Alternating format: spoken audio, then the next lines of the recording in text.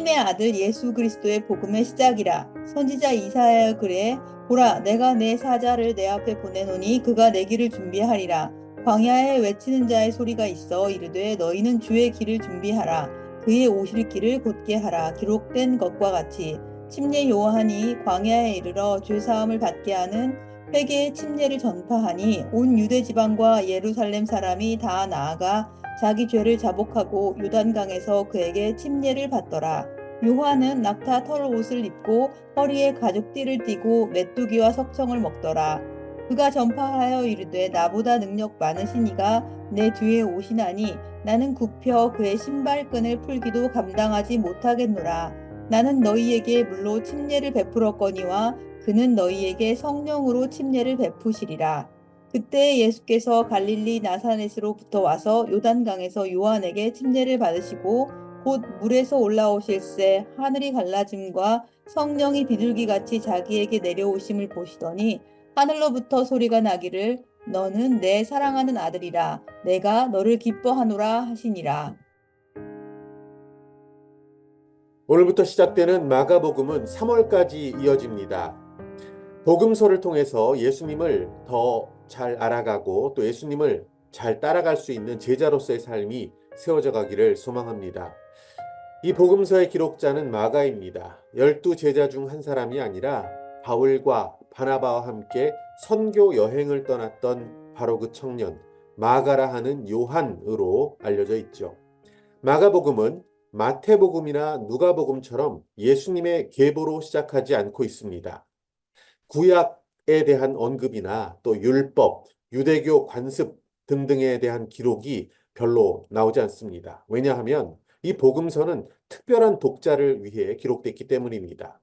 구약이나 율법에 배경 지식이 별로 없는 이방인들에게 읽히기 위해서 기록된 복음서이기 때문에 그렇습니다. 마태복음은 왕의 복음이라는 별명을 갖고 있고 마가복음은 종의 복음이라는 별명을 가지고 있습니다. 마가는 예수님을 섬김의 종, 고난의 종으로 묘사하고 있습니다. 마가복음 또한 예수님을 따르는 길, 그 제자도에 대한 도전을 우리에게 던져주고 있습니다. 마가복음의 말씀, 그 시작은 너무나 의미심장하게도 장엄하게도 이렇게 선포되고 있습니다. 본문 1장 1절을 보시면 하나님의 아들 예수 그리스도의 복음의 시작이라. 아멘. 복음의 시작. 죄인들을 구원하기 위한 천국 영생을 선물로 주시려는 하나님의 놀라운 계획. 그 복음의 시작은 예수 그리스도이며 복음의 완성 역시 예수 그리스도십니다. 1장에는 복음이신 그 예수님을 예비하고 있는 한 사람이 나오고 있습니다. 예수님보다 6개월 먼저 태어난 사람, 예수 그리스도의 길, 메시아의 길, 복음의 길을 예비했던 침례자 요한이 등장하고 있습니다. 요한은 주님의 길을 준비하기 위해서 광야에서 외치는 자의 소리로 살았습니다. 그는 유대 광야에서 회개를 외쳤고 그리고 회개의 침례를 베풀었습니다. 요단강에서 침례를 베풀었죠. 5절 말씀을 보시면 온 유대 지방과 또 이스라엘의 사람들이 다 그에게 나와서 회개하며 침례를 받았다. 이렇게 기록이 되어 있습니다. 그가 주님의 길, 이 복음의 길을 예비하면서 광야에서 어떤 소리를 외쳤습니까? 4절 말씀 보시면 침례 요한이 광야에 이르러 죄 사함을 받게 하는 회개의 침례를 전파하니 아멘. 그는 회개하라 천국이 가까이 왔느니라 라고 외치면서 회개의 침례를 전파하는 사람이었습니다.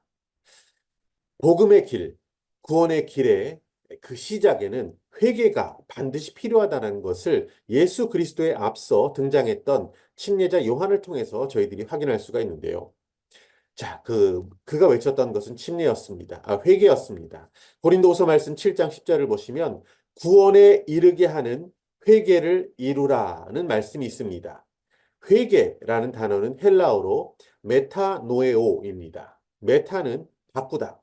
노에오는 생각하다라는 뜻입니다. 그러니까 메타노에오, 회개란 말의 뜻은 생각의 틀을 바꾼다라는 뜻을 가지고 있습니다.